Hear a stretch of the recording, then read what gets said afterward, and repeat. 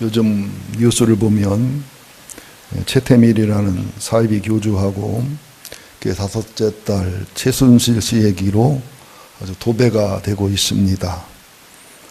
박근혜 대통령이 유경수 여사를 잃었을 때 한참 슬프고 절망적일 때 최태민 사이비 교주가 엄마 음성을 듣는다고, 엄마 음성을 듣고 싶으면 저랑 만나자고 혹세무민해가지고 마음이 약하고 저 여자인 박근혜 대통령이 미혹이 된 겁니다.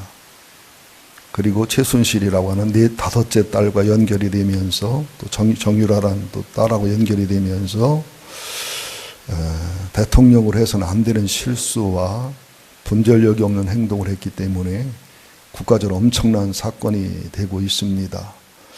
인간적으로는 불쌍하고 긍휼히 여겨지고 상담과 치유를 전공한 저로서는 충분히 이해가 되고 불쌍하기까지 하지만 영적으로는 이스라엘 초대왕 사울이 접신한 여인에게 묻고 자분했던 것처럼 용서받기 어려운 죄요, 국가가 망할 수도 있을 만큼의 하나님의 분노와 진노가 임할 만한 그런 잘못입니다.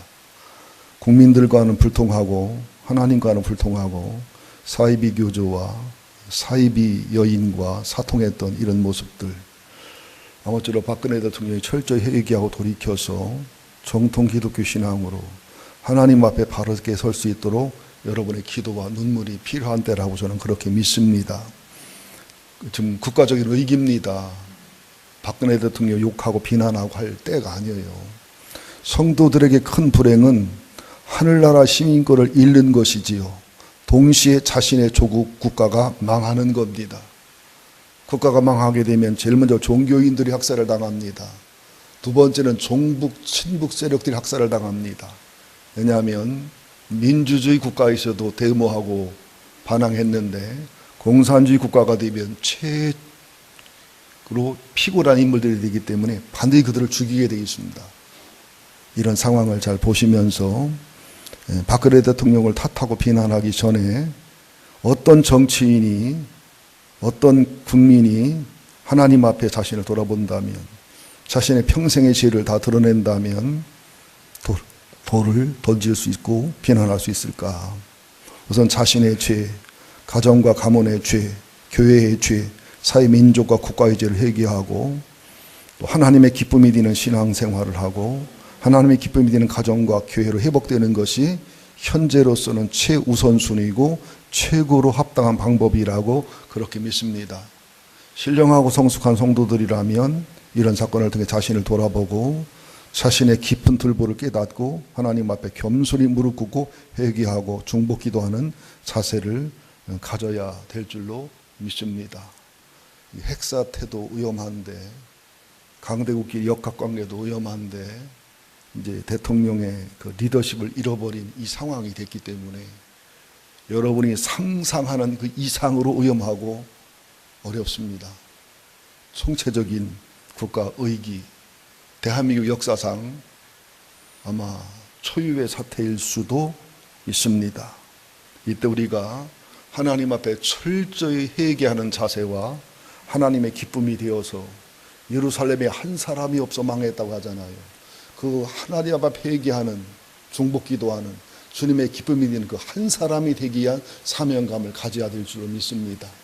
그 한 사람의 성도, 그 한 사람의 가정, 그 한 사람의 교회, 이런 자세를 갖고 그런 마음으로 오늘 말씀을 들으시고 은혜 받으셔서 우리 교회로 인해서, 우리 성도들로 인해서, 우리 교회들로 인해서 나라와 민족이 굳건히 서갈 수 있기를 예수 이름으로 축원드립니다. 요한복음 12장 1절 8절은 굉장히 잘 아는 내용입니다. 간단하게 설명해 드리면 나사로가 죽었다가 살아난 다음에 여기에 고마운 나사로 집안 사람들이 예수님을 위해 잔치하는 장면입니다. 다음 주에 이제 십자가에 죽으셔야 될 상황인데, 그러나 나사로나 마르다는 그 고마움에 잔치를 하고 있지만 예수님의 죽으심을 기념하는, 예비하는 깊은 신앙의 소유자 마리아는 옥합을 깨면서 주님의 죽음과 십자가를 예비하는 수준이 다른 그런 모습으로 주님을 섬기고 있습니다. 우리가 똑같이 기도하고 똑같이 헌금하고 똑같이 헌신하고 봉사해도 신앙 레벨에 따라 다른 것을 볼 수가 있습니다. 여기 12장 2절 상반절에 보면 마르다는 역시 열심히 일하고 봉사합니다. 먼저 번에 마르다는 일하고 마리아는 예수님 옆에 말씀을 들을 때 화를 냈지요. 마리아한테 화를 내고 마르다한테 화를 냈던, 예수님께 화를 냈던 마르다가 예수님의 설명을 듣고 나서 깨우친 이후에 화냈다는 장면이 없습니다. 마르다의 열심과 봉사도 중요하지요. 그러나 먼저 예배에 승리하고 먼저 주님과 관계와 교제가 승리하고 은혜와 기쁨과 성령의 능력에 맞는 것만큼 헌신하고 봉사해야 되는데 그걸 훨씬 넘어서 하니까 마르다가 마리아가 원망스럽고 예수님이 원망스럽고 예수님을 가르치게 되는 이런 실수와 잘못을 범하게 된 겁니다. 마르다는 여기서는 그런 원망부평이 없이 온전한 헌신과 수고를 합니다.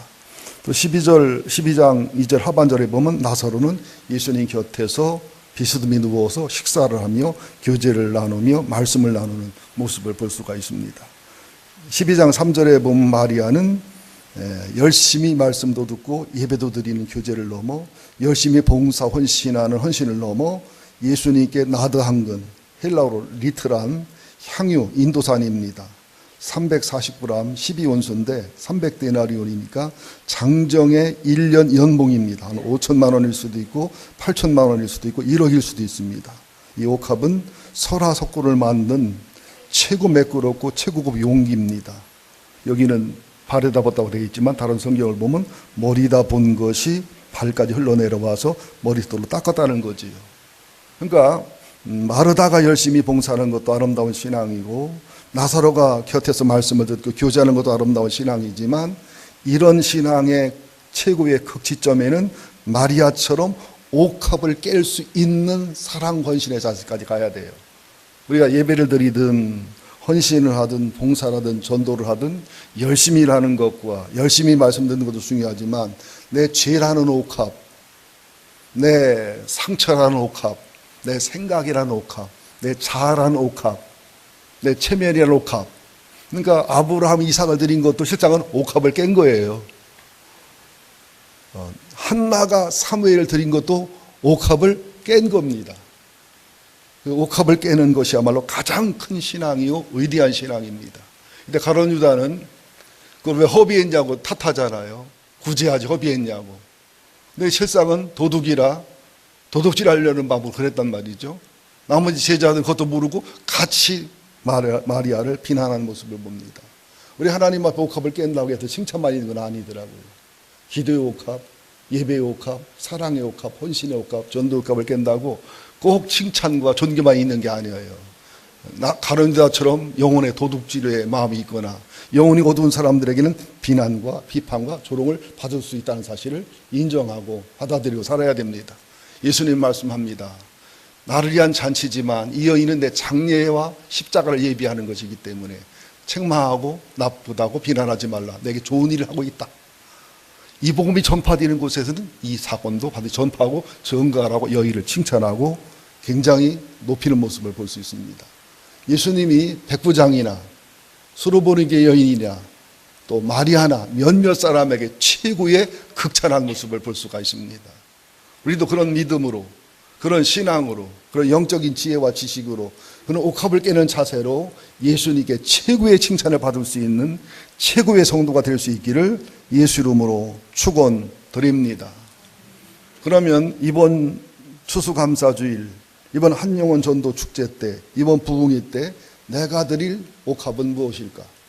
그러니까 한 영혼을 드려도 옥합을 깨는 자세로 기도하고 중보하고 전도하고 그렇게 해서 전도하는 것이 옥합을 깨는 전도지.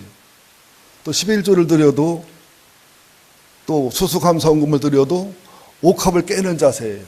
내 죄를 깨고 내 상처를 깨고 내 계산을 깨고 내 자아를 깨고 옥합을 깨는 절기헌금, 옥합을 깨는 11조 헌금을 주님이 기쁘게 받으신다는 사실이죠.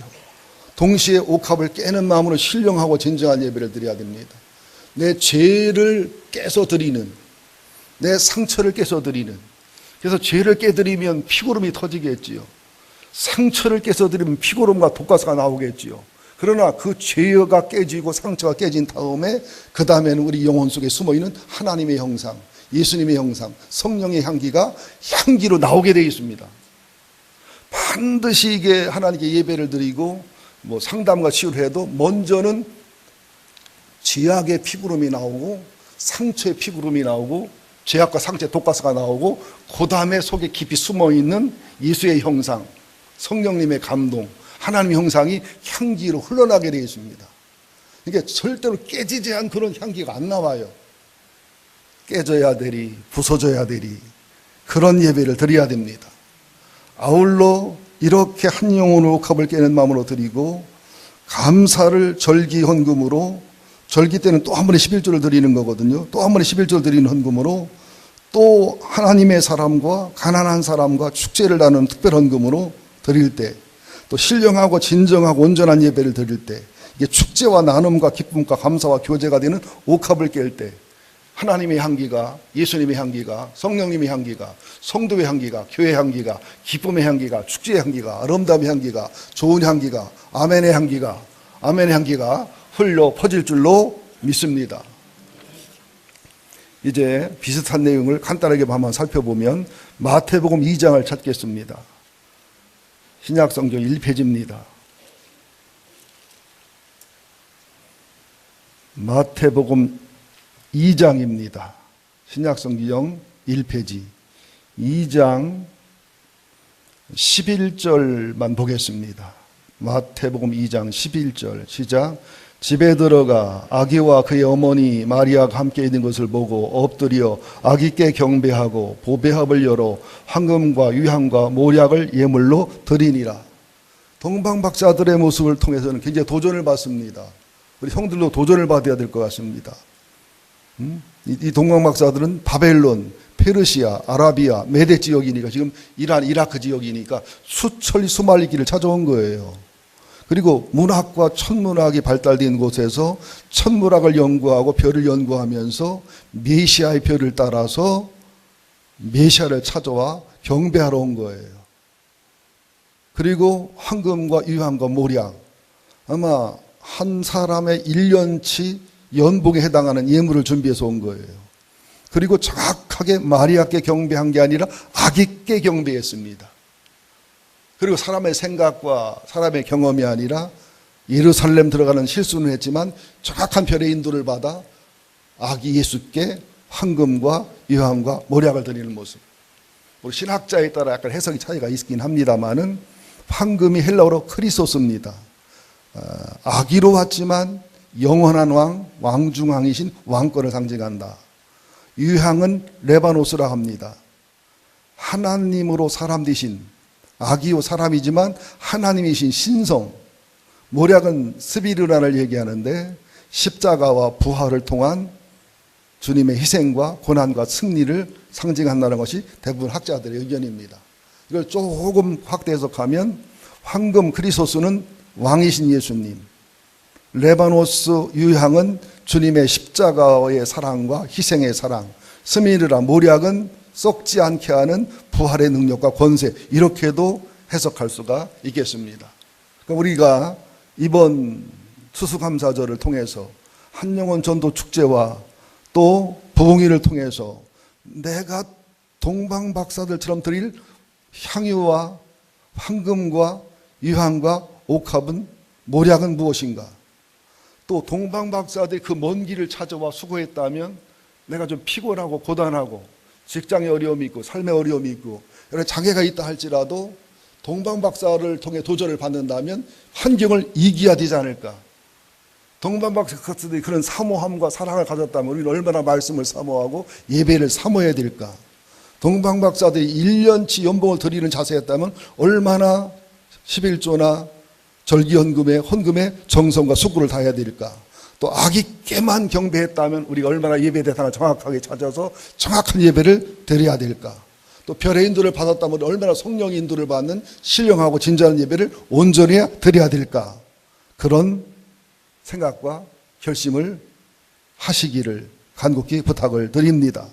그래서 동방박사들은 신앙과 믿음을 정리를 해보니까 첫째는 하나님과 예수님과 성령님을 아는 것을 최고의 가치에 뒀다.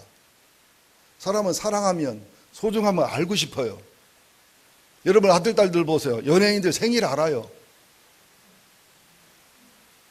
키, 몸무게, 좋아하는 거 다 알아요. 근데 지 할아버지, 할머니 이름은 못 써요. 한문은 더더라 그리도 못해요. 생신도 몰라요. 두 번째로는 하나님을, 예수님을, 성령님을 사랑하는 겁니다. 그러다 보니까 기도에도, 예배에도, 찬송에도, 전도에도, 봉사에도, 헌신에도, 헌금에도, 성화되는 일에도 옥합을 깨는 자세로 하게 되어 있어요. 정말 사랑하면 옥합을 깨게 되어 있습니다. 제가 어려서, 젊어서 성진에서 용돈을 줬어요. 5,000원을 줬는데 큰 돈입니다. 엄마 아빠한테는 생일날 아무것도 인사를 안 하더니 지가 좋아하는 여학생한테 5,000원을 다 투자해서 선물하더라고요. 그때 깨달았습니다. 아들 놈의 새끼는 나야, 소용이 없구나. 딱 장가를 보내니까 신신의 사위지 우리 집 손님이요. 아들은 손님이 되고 오히려 사위가 약간 모습이 되는 경향이 있는데 김희철이는 모습도 잘 안 해. 너무 하향지원한 것 같아가지고 가끔 속상하긴 하지만 믿음 안에 살아가니까 감사하지. 그 아들이 논산 가서 2년 군생활을 훈련받고 1년 동안 교회 훈련받고 이번에 지구촌교회 대학부 전임 풀타입 사역자로 최종 합격이 돼서 처갓집 옆에 있으니까 집 안 얻어도 되고 처갓집에서 먹고 살으라고 아주 장가를 보냈습니다. 시집 보내는 마음으로. 또 하나님을 사모하는 마음, 사모하면 닮고 싶고 알고 싶어요. 예수님을 사모하고 성령님을 사모하는 마음. 네 번째는 하나님을 신뢰하는 것. 우리는 믿음하면은 하나님이 살아계시다고 하는 것을 믿는 게 믿음인 줄 아는데 그건 작은 믿음이에요. 그 믿음은 하나님의 속성을 믿고 신뢰해서 그 속성을 누리면서 간증이 있는 게 하나님을 아는 거예요. 우리 하나님은 거룩하다고 그래요.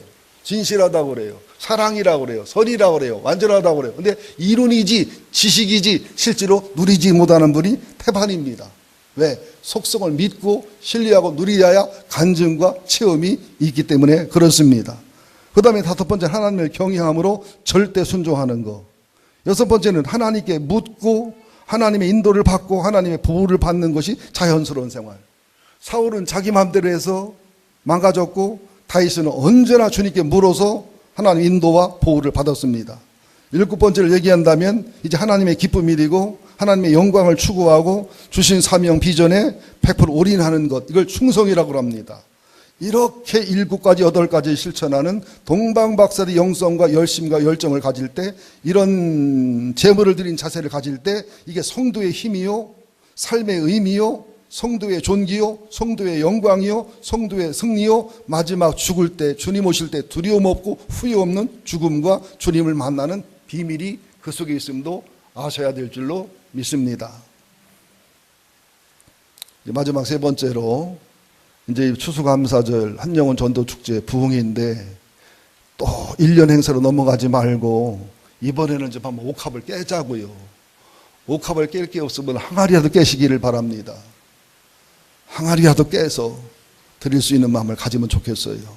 자, 우리가 하나님께 드릴 수 있는 우리의 옥합은 무엇인가? 우리가 하나님께 드릴 수 있는 황금은 무엇이고 유향은 무엇이고 모략은 무엇일까? 제일 첫째가 사람의 영혼입니다. 왜 그러냐? 시편 8장 4절 5절에 보면 사람이 무엇이기에 주께서 그를 생각하시고 사람이 무엇이기에 주께 그를 돌아보십니까? 사람을 하나님보다 조금 못하게 하시고 천사보다 낮게 하시고 영화와 존귀로 간을 씌우셨습니다. 왜 사람이 소중하냐? 하나님이 하나님 형상대로 만들었어요. 엘로힘 하나님, 우리가 우리 모양대로. 사람은 하나님 형상이 있는 거예요. 마귀 형상이 있지만 우리는 사람을 대할 때마다 그 사람 속에는 하나님을 보고 그 사람을 대해야지 그 사람으로 대하면 안 됩니다.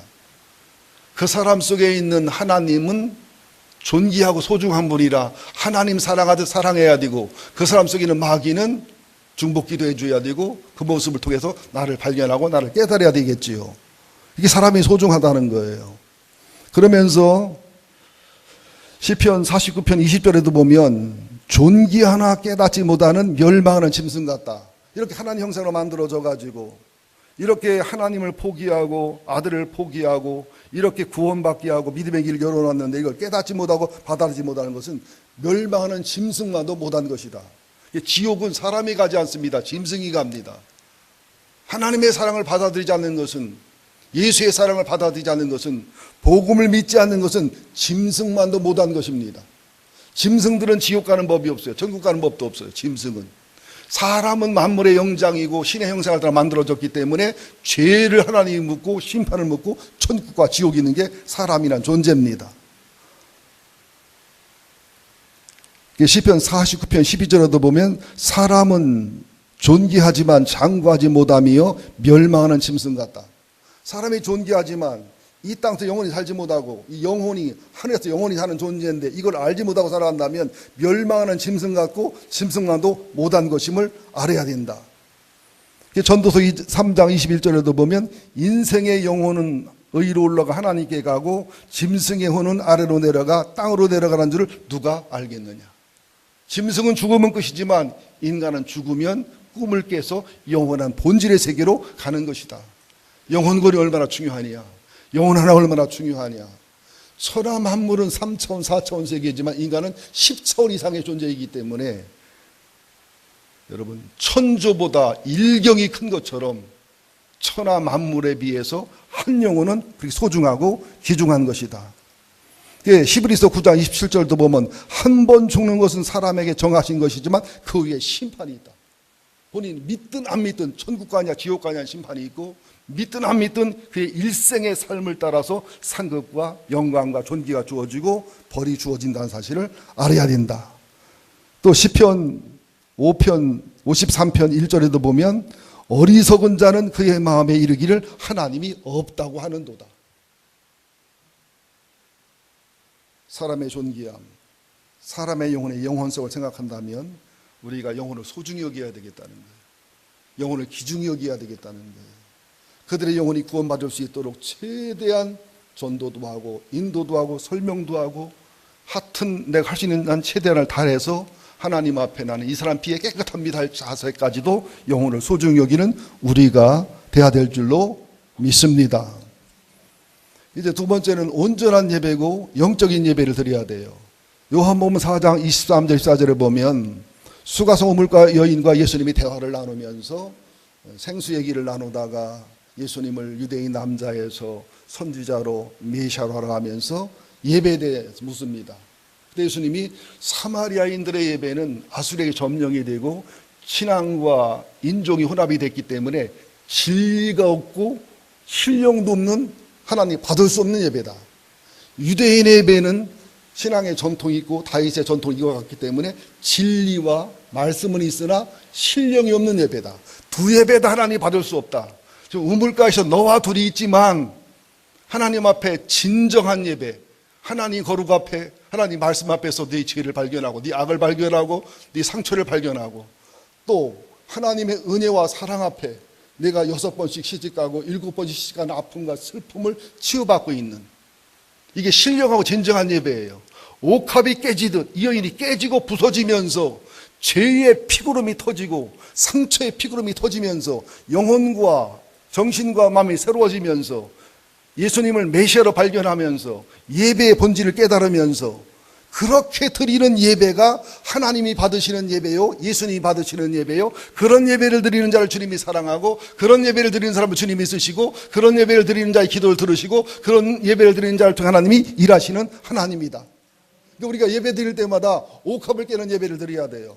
헌금도 옥합이고 기도도 찬양도 옥합이지만 달라요. 찬양을 해도 옥합을 깨며 드리는 찬양하고 그냥 드리는 찬양하고 기도도 옥합을 깨며 드리는 기도하고 그냥 찬양하고 헌금과 헌신도 옥합을 깨는 헌신과 헌금하고 그냥 드리는 거하고 예배를 드리는 것도 옥합을 깨는 예배하고 그냥 드리는 예배하고 설교를 해도 옥합을 깨는 설교를 하는 거하고 그냥 드리는 설교하고는 완전히 다르다는 것이죠.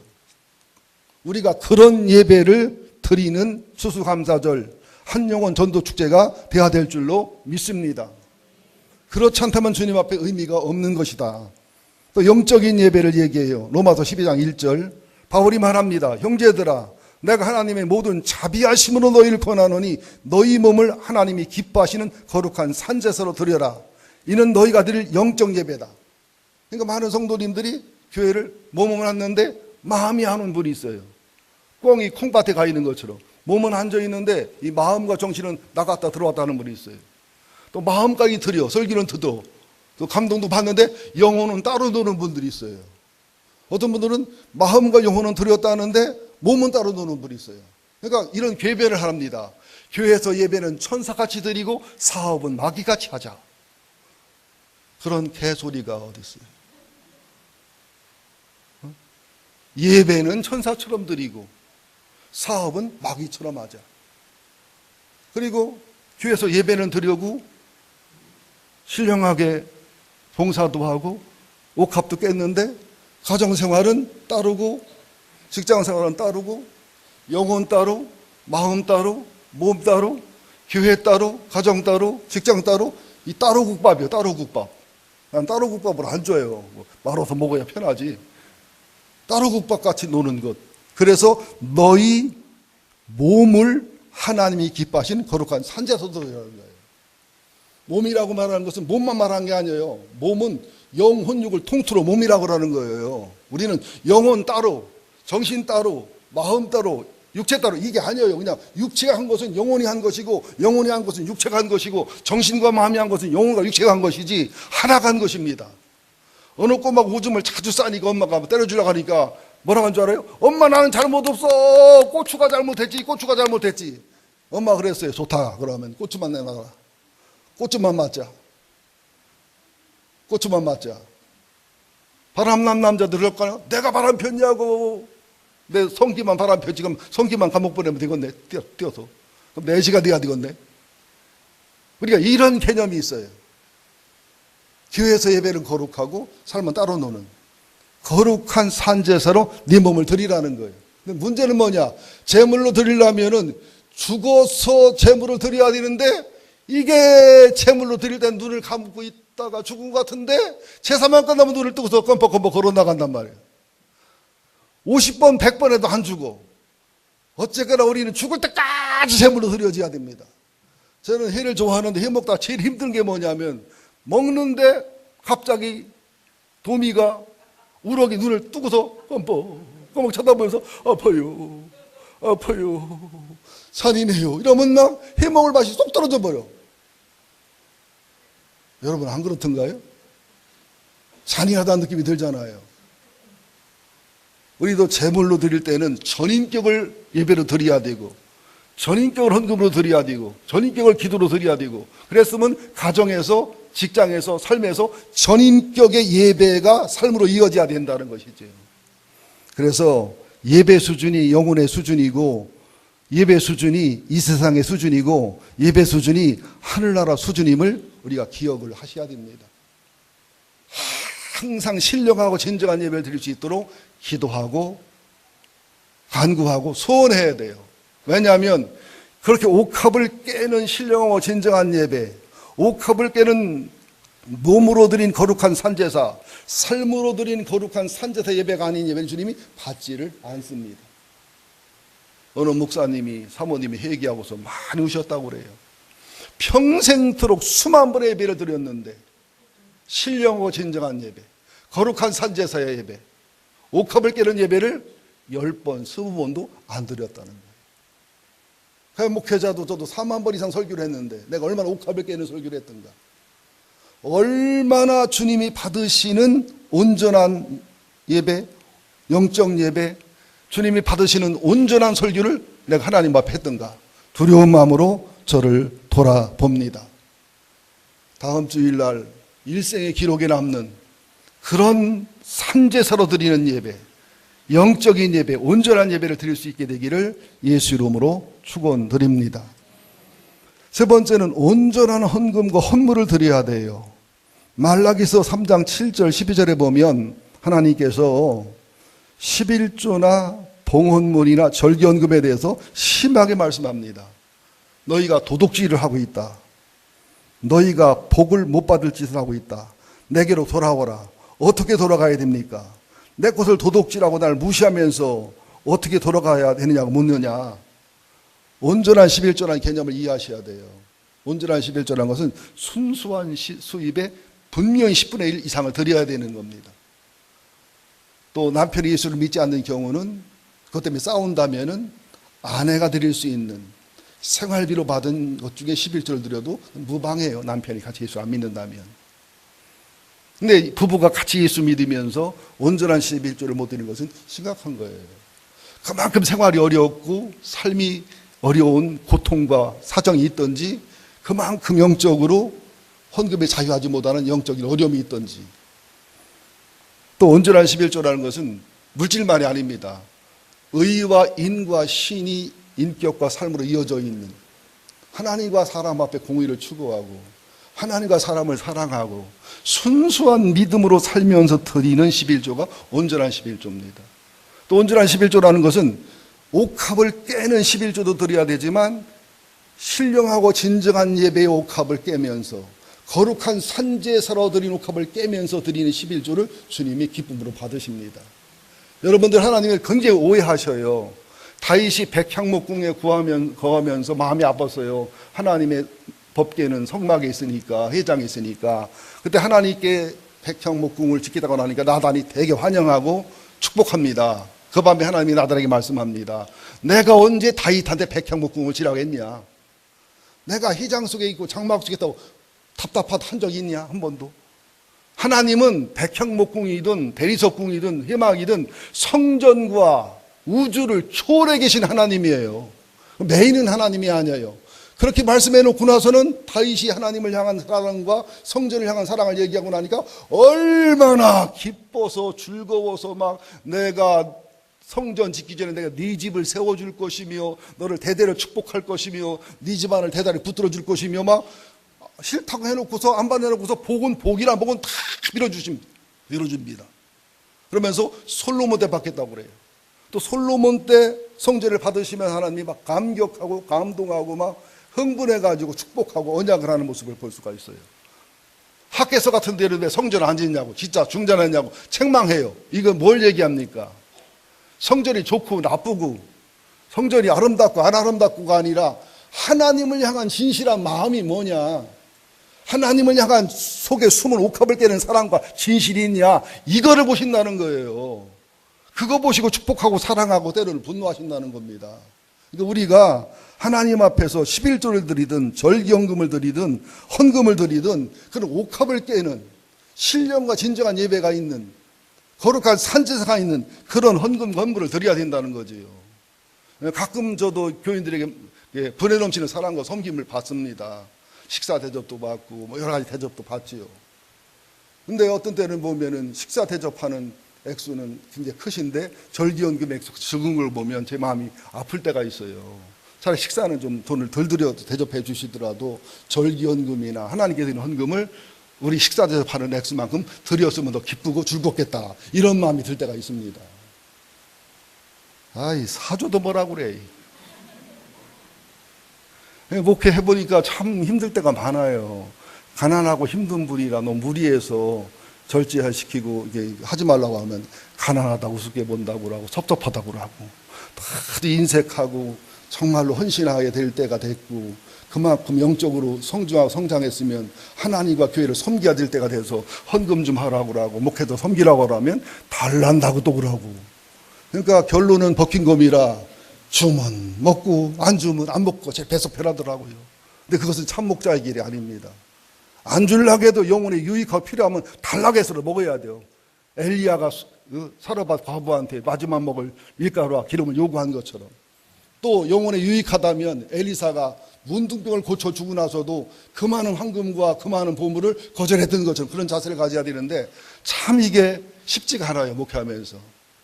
목회라는 것은 여러분을 의로하고 축복하고 인도도 해야 되지만 야곱강에서 야곱과 천사가 씨름한 것처럼 영혼의 씨름을 할 수밖에 없어요.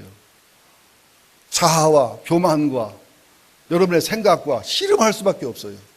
그때 여러분 생각을 잘 했으면 좋겠어요. 나는 하나님하고 사이가 좋은데 목사랑 다투는 거야, 이래버리면은 저는 사이비가 되는 겁니다. 저랑 다투는 것이 하나님을 대신에 다투게 하시는 하나님의 섭리고 계획이다. 이렇게 받아들이면 저랑 다투고 씨름해도 은혜가 되고 감동이 되지요. 야곱의 이름은 묻지만 야곱이 천사 이름 부르니까 천사는 이름 안 대주잖아요. 가끔 저랑 씨름하다 보면 목살면 죄 없고 목살면 잘못 없고 자격이고 그거 따지지 말라니까. 의사한테 당신은 당뇨병 있잖아. 당신도 폐병 있잖아. 이러면서 따지면 안 되잖아요. 아멘이요. 노멘이요. 뭔 말이가 모르나 보네. 8절에 보면 사람이 어떻게 하나님 것을 도둑질하느냐고 말씀하잖아요. 우리가 세금을 안 내면 안 됩니다. 세금 도둑질하는 것은 큰 죄고 악입니다. 가끔 TV에 보면은 수십억 세금을 안 내면서 엄청나게 존집해서 호강을 사는 사람들이 상당히 많더라고요. 여러분들 11조나 헌물이나 주일헌금이나 선교헌금이나 기본헌금들은 하나님이 정하신 헌금이고 원하시는 헌금입니다. 특별히 주일헌금도 많든 적든 정성스럽게 매주 준비하는 자세가 굉장히 중요합니다.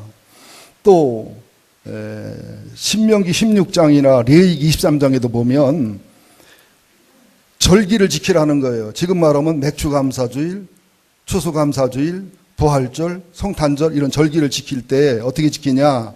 너와 내 자녀와 노비와 내 성중에 거주하는 레위인과 객과 고아와 과부가 함께 즐거워하되. 그러니까 하나님과 함께, 주의 종들과 함께, 객들과 함께, 고아와 함께, 과부와 함께 즐거워하는 거예요.